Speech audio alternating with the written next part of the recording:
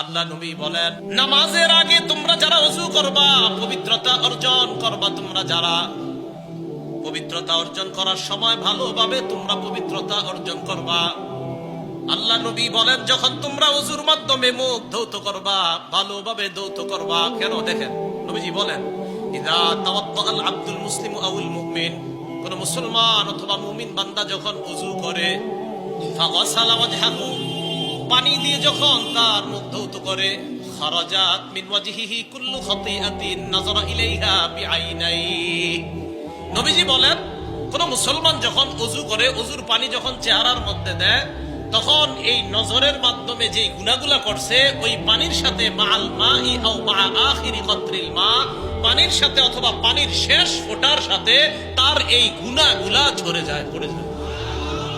তাহলে আগামীকাল যখন ওযুটা করবো আমরা ফজর থেকে, চেহারায় পানিটা দেওয়ার সময় মাথায় রাখবো, মনে মনে রাখবো যে আল্লাহ, আমি তো চোখ দিয়ে কত গুনাহ করি। আল্লাহ মাবুদ, হাদিসে পড়ছি আপনার নবী বলছেন যে মুখ ধৌত করলে শেষ ফোঁটার সাথে চোখের গুনাহগুলা ঝরে পড়ে যায়।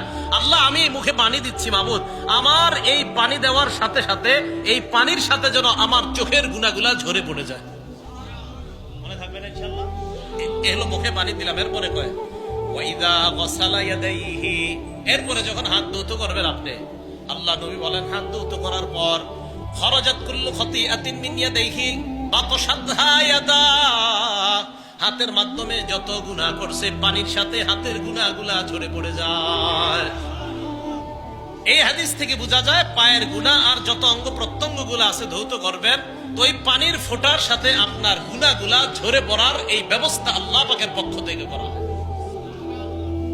3 নাম্বার হাদিস, রাসূল আকরাম সাল্লাল্লাহু আলাইহি ওয়াসাল্লাম পবিত্রতা অর্জন ছাড়া আমাদের যে সালাত হবে না। বাকি প্রথম 1, 2, 3 এই তিনটা হাদিসের মধ্যে বলছেন যে পবিত্রতা অর্জন এটা হলো নামাজের শর্ত।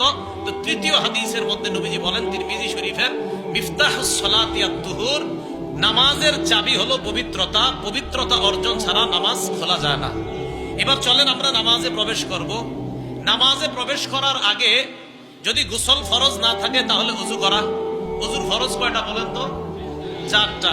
সূরা মাইদার 6 নম্বর আয়াতে আল্লাহ পাক রব্বুল আলামিন বলেন, ইয়া আইয়ুহাল্লাযীনা আমানু ইযা কুনতুম ইলাস সালাহ, হে ঈমানদারগণ, তোমরা যখন নামাজে দাঁড়ানোর ইচ্ছা করো, ফাগসিলু ওয়ুজুহাকুম, তোমরা তোমাদের চেহারা ধৌত করো, ওয়া আইদিয়াকুম ইলাল মারাফিক, তোমরা তোমাদের হাতগুলা কনুই পর্যন্ত ধৌত করো, ওয়ামসাহু বিরুউসিকুম, 3 নাম্বার মাথা মাসহ করো, 4 নাম্বার আরজুলাকুম ইলাল কাবাইন, পাগুলা টাকটু পর্যন্ত পা ধৌত করো। এ হলো ওযুর 4 ফরজ। হাত ধৌত করা, মুখ ধৌত করা, মাথা মাসহ করা আর পা এটা ভালোভাবে ধৌত করা যদি ওযু ফরজ হয় আপনার।